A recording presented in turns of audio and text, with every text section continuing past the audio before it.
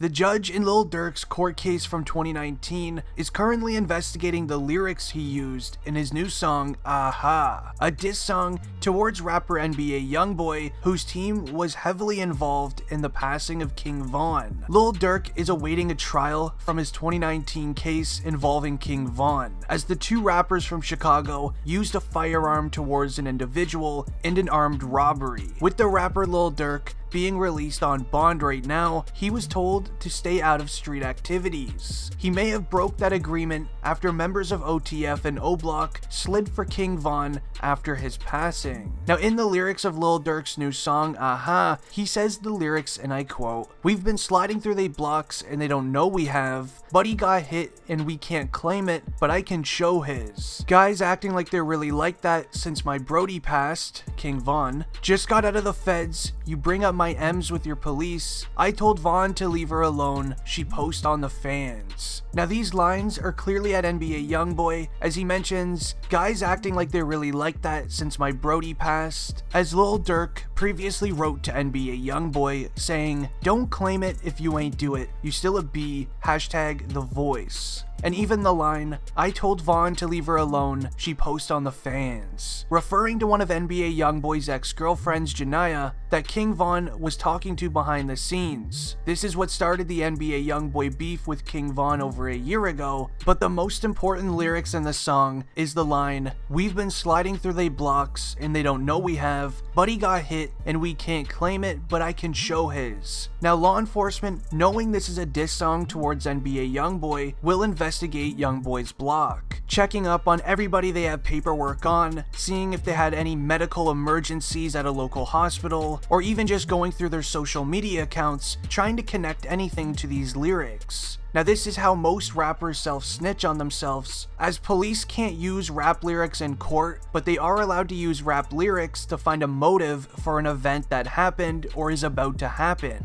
Now, Lil Durk's been on bond since 2019. Durk is already preparing for this court case by giving the feds warnings in the start of many new songs. As an example, in the start of his new song, AHHH, Durk goes on to say, "Everything said in this video is all props, just in case the police listening," as well as saying the line, "Smirk, you be tripping, you better put your case first," in his second latest new song featuring Gucci Mane titled Rumors. Now, the forgotten case of Lil Durk begins in 2019. Rappers Lil Durk and King Von were out in Atlanta at a recording studio before heading over to the Varsity for late night dinner. Now, outside of the diner, law enforcement claim they have now found video evidence of Lil Durk using a firearm towards an individual named Alexander Witherspoon. Now, this all happened as Lil Durk and King Von were walking up to the diner before noticing a man standing in the parking lot right beside of his SUV. Once they noticed the man and knew exactly who it was, Lil Durk and King Von were seen then sprinting to the side of the restaurant. That's when they then put up their hoods and started to approach Alexander Witherspoon right outside of his vehicle. A small conversation then broke out before King Von and Durk were seen snatching Alexander's chain and robbing him for $30,000 worth of cash. In the process of doing it, Alexander's car keys fell out of his pocket.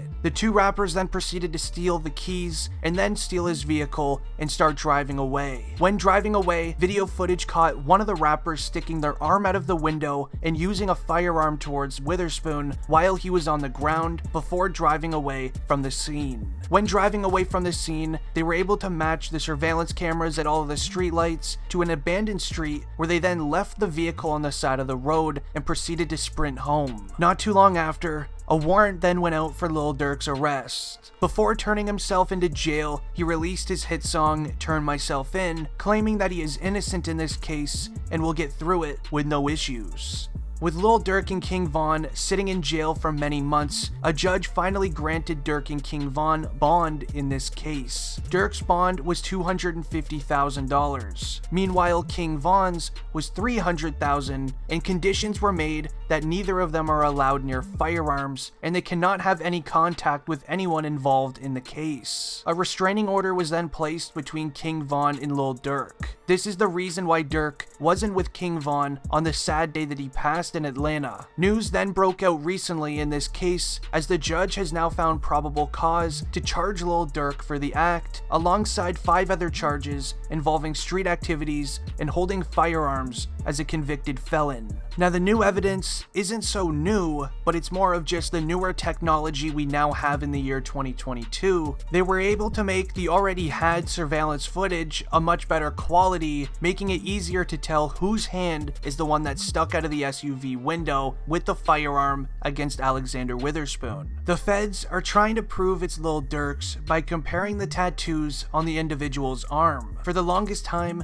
the security footage has not been good enough quality to see the tattoos clearly, but according to sources online, with newer technology, the footage has now become more clear to see. When the court trial begins, they're not only going to be looking at all of the music that Lil Durk made towards rapper NBA YoungBoy, but they're also going to be looking at the songs directed towards Tekashi 6ix9ine. So around the time that King Von sadly passed, Tekashi 6ix9ine did a lot of stuff on social media that really annoyed Lil Durk, as 6ix9ine was posting selfies, wearing King Von's face on a t-shirt, mocking Lil Durk in captions because he didn't do anything to defend King Von. 6ix9ine had captions saying, "He really thought y'all loved him, he believed y'all. If he ain't slide for his brother who got hit in his head, then you thought different," then adding several laughing emojis to it. Doing this every single day towards Lil Durk, it seemed as if it finally annoyed him to the point where he had to retaliate. This is when this alleged video of OTF members running up on Tekashi 6ix9ine was released online. Now here is the video that I'm talking about.